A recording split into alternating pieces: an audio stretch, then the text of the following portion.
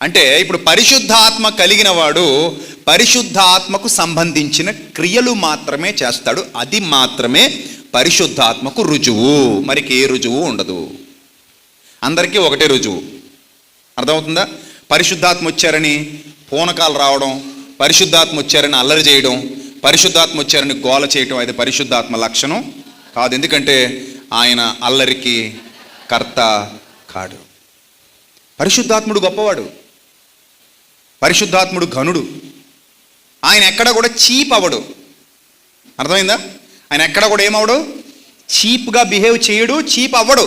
ఒకడ ఆయనను వేలెత్తి చూపించే విధంగా పరిశుద్ధాత్ముడు ఎప్పుడు ఉండడు. ఇప్పుడు ఉదాహరణకి నేను భీమవరం సెంటర్లో నుంచి కారులో వచ్చానండి. కరెక్ట్గా సెంటర్లో కారు దిగేసి 4 స్టెప్పులు వేసాను అనుకోండి, చూసేవాళ్ళు ఎలా చూస్తారు చెప్పండి? నా విలువ ఉంటుందా, ఊడిపోద్దా? అక్కడితో నా విలువ ఏమైనట్టు, ఊడిపోయినట్టే. రేపు పొద్దున్న ఫేస్బుక్లో ఏమైనా పెడతారు, తాగేసి భీమవరం సెంటర్లో డ్యాన్స్ చేసిన. నేను తాగానో లేదు అడిగి తెలీదు, అటు చూడలేదు, కానీ రాస్తాడు. ఏమని రాస్తాడు? ఈడు ఇలా కారు దిగి మరీ డ్యాన్స్ చేస్తున్నాడంటే తాగే ఉంటాడులే అనుకుంటాడు.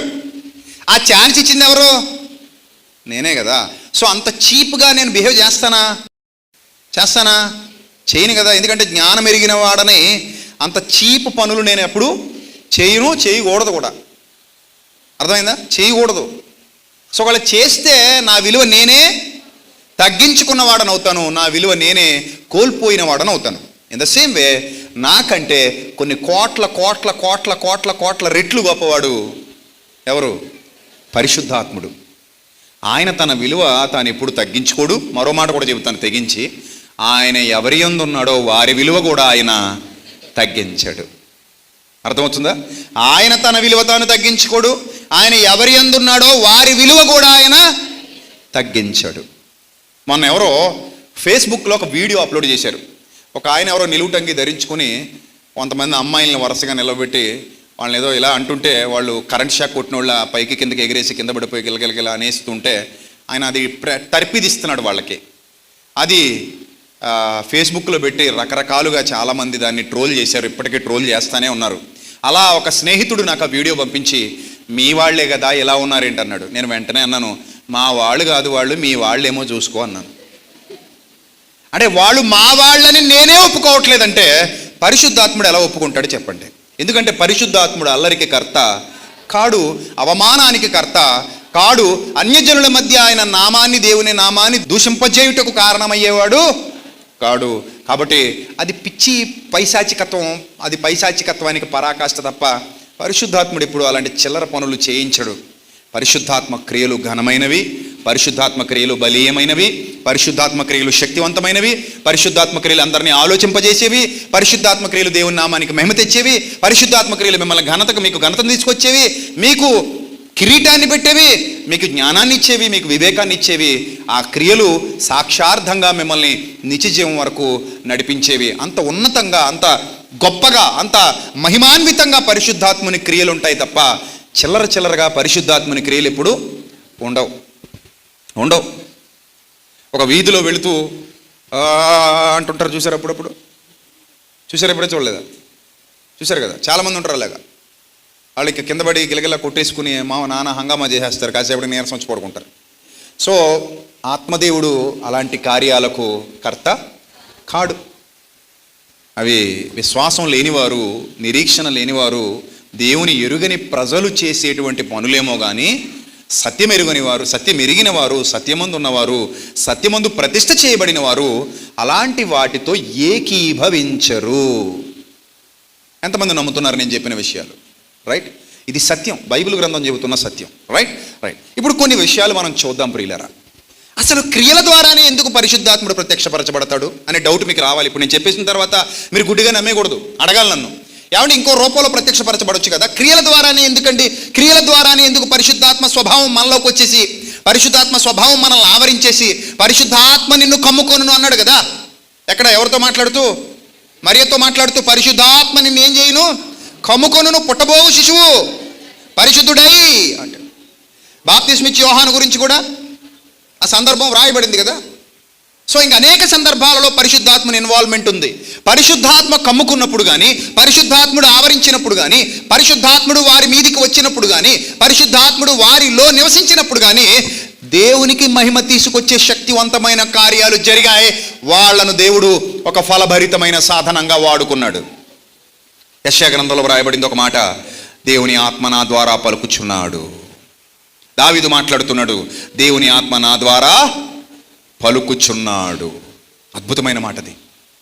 దేవుని ఆత్మ నా ద్వారా పలుకుచున్నాడు, నా ద్వారా పలుకుచున్నాడు. ఈరోజు నేను తెగించి చెప్తున్నాను, దేవుడు నన్ను నిలబెట్టుకొని నా ద్వారా మీతో పలుకుచున్నాడు. నమ్ముతున్న వాళ్ళందరూ దేవునికి మహిమ కలుగునుగాక అని చెప్పండి. దేవునికి మహిమ కలుగునుగాక. మీ ద్వారా, మీతోనే కాదు, దేవుడు నన్ను నిలువబెట్టుకుని ప్రపంచంలో అనేక మందితో మాట్లాడుతున్నాడు. తన ఆత్మ ద్వారా మాట్లాడుతున్నాడు. నేను ఒక సాధనాన్ని మాత్రమే. నా ద్వారా ఎవరైతే, నేను ప్రకటిస్తున్న వాక్యం ద్వారా ఎవరైతే విడుదల పొందారో, నేను ప్రకటిస్తున్న వాక్యం ద్వారా ఎవరైతే మారు మనసు పొందారో, నేను ప్రకటిస్తున్న వాక్యం ద్వారా ఎవరైతే రక్షణలోనికి వచ్చారో, నేను ప్రకటిస్తున్న వాక్యం ద్వారా ఎవరైతే తమ జీవితాన్ని కట్టుకున్నారో, ఏ కుటుంబం అయితే ఆశీర్వదింపబడుతుందో, దీవించబడుతుందో ఆత్మీయంగా, పరసంబంధంగా, వాళ్ళందరికీ కూడా పరిశుద్ధాత్ముడు నా ద్వారా మాట్లాడిన వాక్యము, నా ద్వారా ఇచ్చిన దీవెన, నా ద్వారా ఇచ్చిన పరసంబంధమైన వాక్యానుసారమైన ఆశీర్వాదం కారణం నేను ఒక సాధనాన్ని మాత్రమే. అదే దావీదు కూడా చెప్తాడు, దేవుని ఆత్మ నా ద్వారా పలుకుచున్నాడు, నా ద్వారా మిమ్మల్ని దీవిస్తాడు, నా ద్వారా ఆశీర్వదిస్తాడు. ఒక సాధనంగా ఒక మనిషిని నిలబెట్టుకుని వాని కడుపులో నుండి జీవజల నదులు ప్రవహించును అన్నాడు. అంటే ఈ నదులు ఎండిపోయిన హృదయాలను తడుపుతాయి, పాడైపోయిన జీవితాలను తిరిగి నిలబెడతాయి. యవనస్తుల జీవితాలలో ఏ ఆత్మీయతనైతే కోల్పోతున్నారో మరలా ఆ ఆత్మీయతలో పునరుజ్జీవింపజేస్తాయి. ఎక్కడైతే మోడు బారిపోయిన జీవితం కనబడుతోందో ఆ మోడు బారిపోయిన జీవితంలో నుండి మరలా చిగుర్లు వచ్చేలా చేస్తాయి. ఎక్కడైతే చీకటి తాండవమాడుతుందో ఆ చీకటిని తొలగించి ఆ చీకటి స్థానంలో వెలుగును నింపే విధంగా చేస్తాయి. ఎవరైతే ఓడిపోతున్నామని భయపడుతున్నారో ఆ ఓటమి స్థానంలో గెలుపును, విజయాన్ని నిలబెట్టి దేవుణ్ణి మీ జీవితాల ద్వారా మహిమపరిచే విధంగా చేస్తాయి. ఇవన్నీ పరిశుద్ధాత్ముడు ఒకనిలో నుండి జరిగించే క్రియలను బేస్ చేసుకుని ఉంటాయి. కాబట్టి ప్రియమైన దేవుని పిల్లలారా, ఇప్పుడు మీరు ఆలోచించాలి, అసలు క్రియలే ఎందుకు అని. క్రియలే ఎందుకు అంటే క్రియలు తప్ప ఏ విధమైన అల్లరి నా పరిశుద్ధాత్మునికి, మన పరిశుద్ధాత్మునికి ఆపాదించడానికి వీలు లేదు. అందుకే బైబిల్ గ్రంథం చాలా స్పష్టంగా చెప్పింది, మీరు ఆత్మ విషయమై దూషణ పాలు చేసే విధంగా మీరు ఉంటే ఈ యుగమందు కానీ రాబో యుగమందు కానీ ఏమి లేదటమ్మా, చెప్పండి, ఏమి లేదు. కాబట్టి చాలా జాగ్రత్తగా ఉండాలి. ఎంత ఎంత ఎంత గొప్ప మాట అంటాడంటే, మనుష్య కుమారునికి విరోధముగా మాట్లాడువానికైనను పాపక్షమాపణ ఇస్తాడట. అంటే యేసు ప్రభువును దూషించినోడు కూడా ఏమిస్తాడట? ఒకవేళ ప్రభు మారు మనసు పొందితే పాపక్షమాపణ ఇస్తాడట. కానీ పరిశుద్ధాత్మ విషయమైన దూషణకు, పాపమునకు ఏం లేదు, ఏం లేదు. ఈ యుగమందైనను రాబో యుగమందైనను ఏమి లేదు, పాపక్షమాపణ లేదు. చాలా జాగ్రత్తగా ఉండాలి. అపవాది మన చేత ఆ పాపమే జయించడానికి ఇష్టపడతాడు. ఇప్పుడు చంపాలనుకున్నవాడు చీవల మంది ఎత్తాడా, పురుగుల మంది ఎత్తాడా? చెప్పాలమ్మా, మీరు చెప్పాలి. నిజంగా చంపేద్దాం అనుకున్నాడు చీవల మందు, పురుగుల మందు ఉన్నప్పుడు చీవల మందు దాగింపజేస్తాడా, పురుగుల మందు దాగింపజేస్తాడా? అంతే కదా. యాక్టింగ్ చేయాలనుకున్నాడు చీవల మందు తాగుతాడు, ఎందుకంటే సావడు కాబట్టి. చీవల మందుకి సావడు, కానీ యాక్టింగ్ చేద్దాం అనుకున్నాడు చీవల మందు తాగుతాడు. నిజంగా చంపేద్దాం అనుకున్నాడు ఏం చేస్తాడు కదా. ఇప్పుడు అపవాది మిమ్మల్ని నాశనం చేసేయాలనుకుంటే ఏ విధమైన పాపలు పడేయాలనుకుంటాడు వాడు? ఏ విధమైన పాపలు పడేస్తే మీరు సర్వనాశనం అయిపోతారని వాడు ప్లాన్ చేస్తాడు. ఎస్, పరిశుద్ధాత్మకు విరోధమైన పాపానికి మనల్ని ప్రేరేపిస్తాడు. అందుకే మనం చాలా తెలివిగా ఉండాలి, చాలా తెలివిగా ఉండాలి, చాలా తెలివిగా వ్యవహరించాలి. అక్కడ పరిశుద్ధాత్మకు విరోధమైన పాపం మన బ్రతుకుల్లో జరగడానికి మనం ఎట్టి పరిస్థితుల్లో అవకాశం ఇవ్వకూడదు. చాలా జాగ్రత్తగా ఉండాలి. అక్కడ మొహమాటం పనికిరాదు. ఒకవేళ తప్పు అయితే వారి ముఖం మీదే తప్పు అని ఖండించగలిగే ధైర్యం, సామర్థ్యం మన జీవితాల్లోకి రావాలి. ప్రియులారా, ఈరోజు దేవుడు నన్ను బలపరిచి మీ మధ్యలో నిలబెట్టి ఈ సందేశాన్ని మీకు వినిపింపజేస్తున్నాడు. ఈ సందేశం ద్వారా మీరు ఆశీర్వదింపబడి ఇంటికి వెళ్తారని నేను బలంగా నమ్ముతున్నాను. ఈ సందేశం ద్వారా మీ హృదయాలలో గొప్ప వెలుగు ఆయన నింపబోతున్నాడు. ఆయన గురించి మీరు తెలుసుకోవాలి, ఆయన గురించి మీరు అర్థం చేసుకోవాలి, ఇంకా లోతుకి మీరు వెళ్ళాలి. నా కోరిక, ఆయన కోరిక రెండు ఒకటే. మీరు ఇంకా లోతైన సత్యంలోనికి వెళ్ళాలి. రైట్? ప్రభువా నేను ఇన్నాళ్ళు లోకంలో బ్రతికాను, అపవాది చేత నడిపించబడ్డాను, దురాత్మ చేత నడిపింపబడ్డాను, నాలో దేవుని ఆత్మ లేదు. మీరు మీ తండ్రి యగు అపవాది సంబంధులు అనేది నా బ్రతుకులో నెరవేరింది. అలాంటి బాధాకరమైన పరిస్థితుల్లో నా జీవితంలో జరగరాని కార్యాలే జరిగాయి తప్ప నీతి కార్యాలు ఎప్పుడు జరగలేదు ప్రభువా. యథార్థత నాలోనికి రాలేదు. ఇప్పుడు సడన్గా బాప్తిజం పొందేశాను, విశ్వాసంతో ఉన్నాను, మారు మనసు కూడా పొందాను. అయినంత మాత్రాన ఈ పాపిష్టి లోకంలో, ఈ పాపిష్టి మనుషుల మధ్యలో నన్ను ఏర్పరుచుకున్నావు, నేను నిలబడగలనా ప్రభువా? నాకు ఆ శక్తి సరిపోతుందా ప్రభువా? అపవాదిని ఎదిరించగలిగే సామర్థ్యం నా దగ్గర ఉందా ప్రభువా? వాడు నీ కుమారుడైన క్రీస్తునే పడగొట్టాలని చూసినాడు కదా ప్రభువా. ఆయన్నే నా పాదాలకు మొక్కని ప్రేరేపించినాడు కదా ప్రభు. ఇదంతా నీకు ఇస్తానన్నాడు. నేను బలహీనుడిని ప్రభువా, బలహీనతల్లో ఉన్నవాడిని. మరి నేను ముందే పడిపోతాను కదా ప్రభువా, నేను తట్టుకుని నిలబడగలనా, ఈ యుద్ధం నేను చేయగలనా అని ఒక సగటు మానవుడు అడగడానికి ముందే ఆ అడిగే అవకాశం కూడా లేకుండా దేవుడు తన ఆత్మను మనలోనికి పంపించేశాడు. ఎంత గొప్ప ప్రేమ గలవాడు ఆయన. అందుకే అన్నాడు, ప్రభువా వెళ్ళిపోతున్నావా? నువ్వు వెళ్ళిపోతే మేము ఎలా బతకాలయ్యా? నువ్వు వెళ్ళిపోతే మేము ఎలా జీవించాలయ్యా ఈ లోకంలో? నువ్వు వెళ్ళిపోతున్నావా అని అంటే ప్రభు అన్నారు, నేను మిమ్మును అనాథలనుగా విడువను. నేను మిమ్మును అనాథలనుగా విడువను. నిజమే, ఇన్నాళ్ళు మాతో ఉన్నావు. మాకొక భరోసా నువ్వు ఉంటే, మాకు ఆదరణ నువ్వు ఉంటే, మా ధైర్యం నువ్వు మాతో ఉంటే, మా శక్తి నువ్వే, మా బలం నువ్వే. ఇలాంటి బలవంతుడమైన నీవు మమ్మల్ని విడిచిపెట్టి వెళ్ళిపోతే అనాథలైపోతాం కదా ప్రభువా. మేము ఎలా గెలిచేది? మా శక్తి సరిపోతుందా ఇక్కడ గెలవడానికి అని అంటే అప్పుడు దేవుడు అన్నాడు, మీలో ఉన్నవాడు, మీలో ఉన్నవాడు ఈ లోకములో ఉన్నవాని కంటే గొప్పవాడు, బలవంతుడు. అందుకే నేను మిమ్మల్ని అనాథలనుగా విడువను, ఆదరణకర్తను మీ వద్దకు పంపిస్తున్నాను.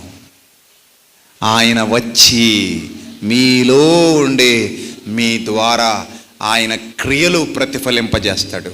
ఆయన క్రియలు మీలో కనబడతాయి. ఆయన ఉంటే ఆయన క్రియలు మీతో కనబడదు. ఆయన మీలో ఆ క్రియలు కనబడేలా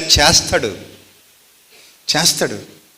అవే మీకు మహిమ తెచ్చేస్తాయి, అవే మీకు మెప్పు కలిగిస్తాయి, అవే మీకు దీవెననిస్తాయి, అవే మీకు ఆశీర్వాదాన్ని ఇస్తాయి. అలాంటి ఒక శక్తి మిమ్మల్ని కమ్ముకుంటుందన్న సంగతి మీకు అర్థమవుతుందా?